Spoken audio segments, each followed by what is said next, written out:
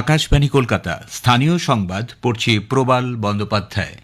এখনকার বিশেষ বিশেষ খবর।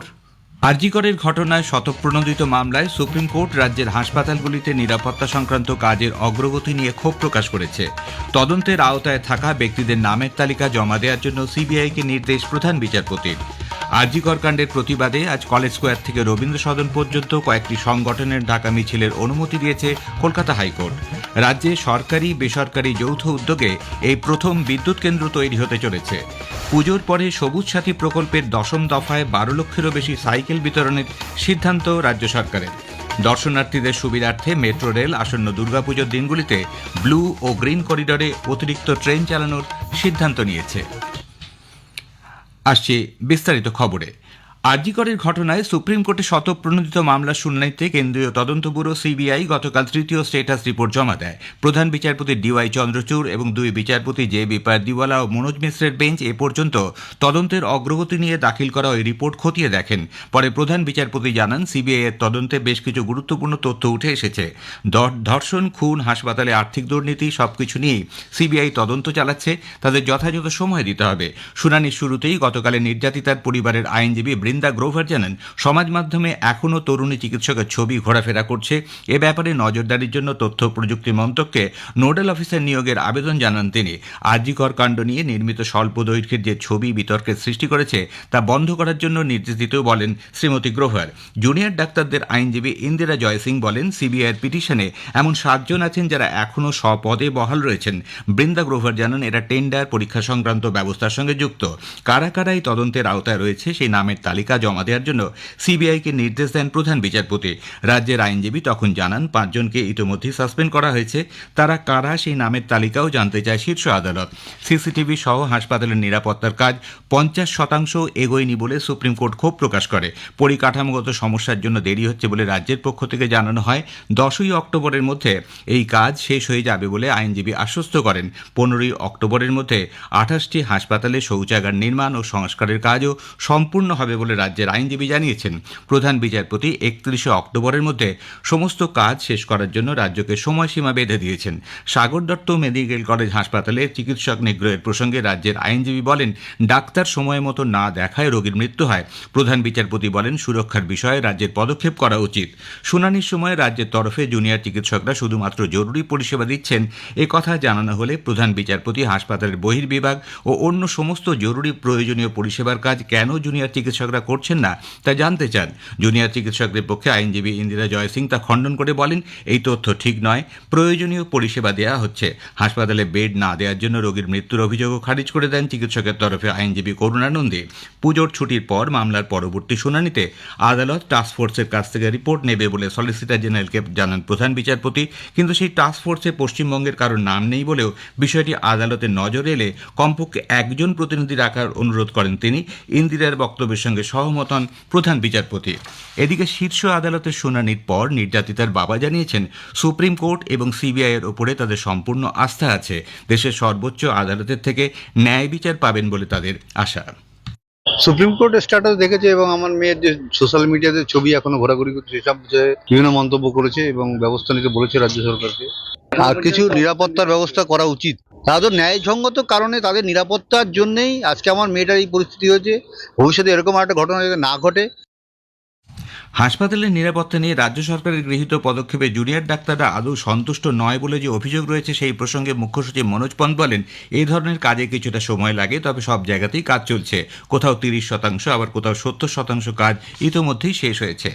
তৃণমূল ছাত্র পরিষদ নেত্রী রাজন্যা হালদার ও প্রান্তিক চক্রবর্তী আরজিকর ইস্যুতে তৈরি স্বল্প দৈর্ঘ্যের ছবির মুক্তির দিন স্থগিত রেখেছে। এরা গতকাল তৃণমূল ছাত্র পরিষদ সভাপতি তৃণাঙ্কুর ভট্টাচার্যকে ইমেইল করে একথা জানান। আগমনী তিলোত্তমাদের গল্প নামে এই স্বল্প দৈর্ঘ্যের ছবিটি আগামীকাল মহালয়ার দিন মুক্তি হওয়ার কথা ছিল। আরজিকরে মহিলা চিকিৎসকের ধর্ষণ ও হত্যার প্রতিবাদে বেশ কয়েকটি সংগঠন কলেজ স্কোয়ার থেকে রবীন্দ্র সদন পর্যন্ত আজ মিছিল করবে। আয়োজকদের মধ্যে জুনিয়র ডাক্তারদের কয়েকটি সংগঠনও রয়েছে। শহরে যানজট সমস্যার কারণ দেখিয়ে মিছিলের আবেদন পুলিশ খারিজ করে দেয়। এরপর সংগঠকরা কলকাতা হাইকোর্টের দ্বারস্থ হলে বিচারপতি রাজর্ষি ভরদ্বাজের বেঞ্চ অনুমতি দিয়ে জানান, বিকেল 5টা থেকে রাত 8টা পর্যন্ত মিছিল করা যাবে। তবে মিছিল নিয়ন্ত্রণে যাতে কোনো সমস্যা না হয় সেজন্য আজকের মিছিলে আয়োজকদের পর্যাপ্ত সংখ্যায় স্বেচ্ছাসেবক রাখার নির্দেশ দিয়েছে আদালত। রাজ্য সরকার আসন্ন উৎসবের দিনগুলিতে দক্ষিণবঙ্গের সব জেলা প্রশাসনের শীর্ষ কর্তা মন্ত্রীসহ এলাকার জনপ্রতিনিধিদের বন্যা দুর্গত এলাকায় ক্ষতিগ্রস্ত মানুষদের পাশে থাকার নির্দেশ দিয়েছে। রাজ্যে সাম্প্রতিক বন্যা পরিস্থিতি নিয়ে মুখ্যমন্ত্রী মমতা ব্যানার্জি গতকাল নবান্ন থেকে দক্ষিণবঙ্গের সব জেলা শাসক, পুলিশ সুপার, পুলিশ কমিশনার সহ ডিজিপি, মুখ্য সচিব এর সঙ্গে পর্যালোচনা বৈঠক করেন। পরে মুখ্য সচিব মনোজ পন্ত সাংবাদিকদের বলেন, উৎসবের দিনগুলিতে বন্যা দুর্গতদের কাছে দ্রুত ত্রাণ পৌঁছে দেওয়ার জন্য মুখ্যমন্ত্রী সব জেলা প্রশাসনকে নির্দেশ দিয়েছেন। উত্তরবঙ্গে লাগাতার বৃষ্টির ফলে জল বাড়তে শুরু করেছে। মালদা জেলার হরিশ্চন্দ্রপুর 2 নম্বর ব্লকের ফুলাহাট সহ বিভিন্ন নদীতে সামগ্রিক পরিস্থিতি খতিয়ে দেখতে নদী তীরবর্তী গ্রামগুলি পরিদর্শন করেন জেলাশাসক নিতিন সিংহানিয়া। স্থানীয় সংবাদ শুনছেন আকাশবাণী কলকাতা কেন্দ্র থেকে। রাজ্যে সরকারি বেসরকারি যৌথ উদ্যোগে এই প্রথম বিদ্যুৎ কেন্দ্র তৈরি হতে চলেছে। মোট 1600 মেগাওয়াট ক্ষমতা সম্পন্ন দুটি নতুন বিদ্যুৎ কেন্দ্র তৈরির পরিকল্পনা গতকাল রাজ্য মন্ত্রিসভার বৈঠকে গৃহীত হয়। বৈঠকের শেষে বিদ্যুৎ মন্ত্রী অরূপ বিশ্বাস জানিয়েছেন, বিদ্যুৎ কেন্দ্র দুটি তৈরির জন্য গ্লোবাল টেন্ডার ডাকা হবে। সেই টেন্ডারে যেসব সংস্থা সাড়া দেবে তাদের মধ্যে থেকেই উপযুক্ত সংস্থাকে বেছে নিয়ে বিদ্যুৎ কেন্দ্র তৈরির দায়িত্ব দেওয়া হবে। প্রকল্পের জন্য জমি দেবে রাজ্য সরকার।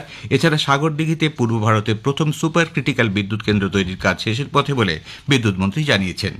রাজ্য সরকার 84টি শূন্য পদে নিয়োগের সিদ্ধান্ত নিয়েছে। মন্ত্রিসভার বৈঠকে গতকাল এই সিদ্ধান্ত নেওয়া হয়। নবান্ন সূত্রে জানা গেছে, এর মধ্যে রাজ্য বিধানসভায় 14 জন আধিকারিককে নেওয়া হবে। এছাড়া 31 জন ফার্মাসিস্ট এবং যোগ এবং ন্যাচুরোপ্যাথিতে 4 জন নেওয়া হবে। কারা দপ্তরের বিভিন্ন সংশোধনাগারের জন্য 37 জনকে নিয়োগ করার সিদ্ধান্ত নিয়েছে মন্ত্রিসভা। এছাড়াও মালদার চাঁচলে নতুন সংশোধনাগার তৈরির সিদ্ধান্ত মন্ত্রিসভার বৈঠকে অনুমোদিত হয়। দুর্গাপুজোর সরকারি অনুদান নিলে উদ্যোক্তাদের মুখ্যমন্ত্রীর ছবি টাঙাতে হবে বলে হুঁশিয়ারি দিয়েছেন পূর্ব বর্ধমানের ভাতারের বিধায়ক মানগোবিন্দ অধিকারী। গতকাল ভাতারে পুজো উদ্যোক্তাদের চেক প্রদান অনুষ্ঠানে বক্তব্য রাখতে গিয়ে তিনি বলেন, পুজো মণ্ডপে মুখ্যমন্ত্রীর ছবি টাঙানো যাবে না মনে করলে টাকা নেবেন না। বিধায়কের এই মন্তব্য ঘুরে বিতর্ক সৃষ্টি হয়েছে।